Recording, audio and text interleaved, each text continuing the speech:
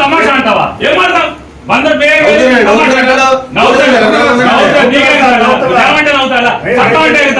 వెయ్యలేదా ఈ చట్టం మీ చెల్లో తీసుకుంటారా రోజు స్టేషన్కి వస్తారా రావట్లేదు అరెస్ట్ చేస్తారా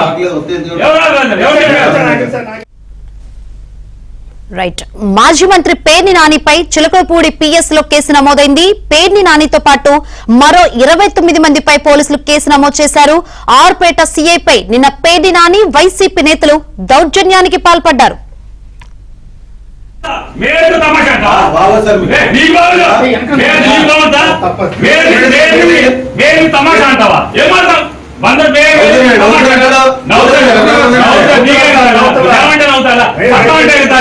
వెయ్యలేదా ఈ చట్టం మీ చెల్లో తీసుకుంటారా రోజు స్టేషన్కి వస్తారా రావట్లేదు అరెస్ట్ చేస్తారా అబద్ధం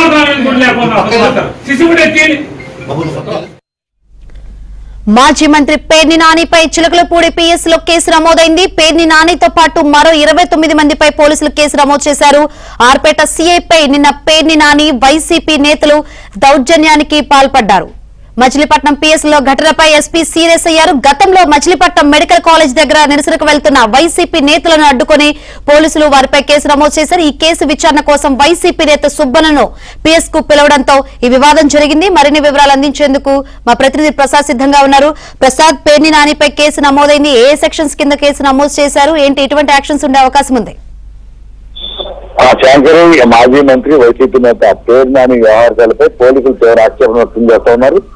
గతంలో ఇటీవల కాలంలో రాష్ట్ర మెడికల్ కాలేజీకి సంబంధించి వైసీపీ రాజకీయ కోణంలో ఆందోళన పిలిపించింది. అయితే ఎటువంటి అనుమతులు లేవంటే ముందస్తుగానే రాష్ట్ర డీజీపీ స్వయంగా దీనిపై ప్రకటన కూడా చేశారు. అయినప్పటికీ మచిలీపట్నంలో మెడికల్ కళాశాల వద్ద ఆందోళన చేసేందుకు పేర్ని నాని తన అనుయాయితో వైసీపీ కార్యకర్తల్ని వెళ్ళడంతో దానిపై అప్పట్లో పోలీసులు అడ్డుకున్నారు.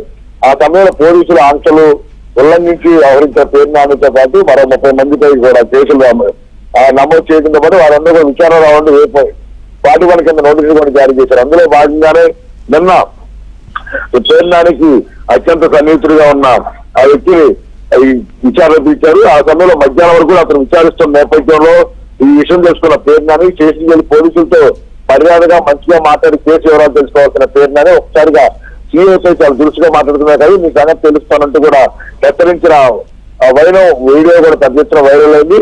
దీనిపై జిల్లా ఎస్పీ కూడా తీవ్రంగా స్పందించారు. ముఖ్యంగా నిన్న వెంటనే ఈ ఘటన జరిగిన వెంటనే ఎస్పీ విద్యాసాగర్ కూడా మీడియా ముందుకు వచ్చి పేర్ని నాని ఆటంకం కలిగించేలా వ్యవహరించారు, పోలీసులు బెదిరించేలా వ్యవహరించారు. దీనిపై చట్టపరమైన చర్యలు తీసుకుంటే కూడా కనిపించారు. అందులో భాగంగానే ఈ రోజు పేర్ని నానితో పాటు మరో 29 మందిపై చెరువుడు పోలీస్ స్టేషన్ లో నిన్న కేసు నమోదైంది. ముఖ్యంగా నిన్నైతే సీఐ యేసుబాబుపై దౌర్జన్యంగా వ్యవహరించారు పేర్ని నానితో పాటు. ఆ సమయంలో అక్కడ ఉండి వైసీపీ నాయకులు పేర్ని నానికి వంట పాడిన వారందరూ కూడా కేసులు నమోదు చేశారని చెప్తున్నారు.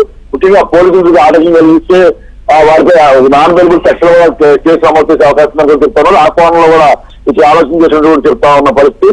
మొత్తం ఈ వ్యవహారంలో నేను పేర్ని నాని చేసిన హడావుడి మాత్రం రాజకీయంగా కూడా చర్చనీయాంశంగా ఉంది. ఇది పోలీసుల తీవ్ర ఆక్షేపణ వ్యక్తం చేస్తున్న పరిస్థితి. ఇటువంటి ఘటనలు పునరావృతం కాకుండా పోలీసులు విధుల్లో ఏ పార్టీ అధికారంలో ఉన్నప్పుడు కూడా పోలీసులు విధుల్లో తమ విధులు నిర్వహిస్తారు. అటువంటి వారికి స్టేషన్ లో కూర్చొని రౌడీ లాగా ఇష్టానుసారంగా వ్యవహరించిన తీరుపై మాత్రం పోలీసులు సంఘాలు కూడా ఇప్పటికే మళ్లీ పడతా ఉన్న పరిస్థితి. మరోసారి ఏ రాజకీయాలు విధుల్లో ఉన్న పోలీసులపై దౌర్జన్యానికి చెప్పకుండా బెదిరింపులకు పాల్పడకుండా కఠిన తీసుకోవాలని అయితే కోరుతున్న పరిస్థితి అయితే కనిపిస్తుంది. ప్రస్తుతానికి ఈ పేర్ని నానిపై ఎటువంటి చర్యలు ఏ చర్చల కింద అరెస్ట్ చేస్తారన్న అంశాలపై న్యాయ నిపుణులతో పోలీసు అధికారులు చర్చించినట్టు సమాచారం. Right, thank you Prasad.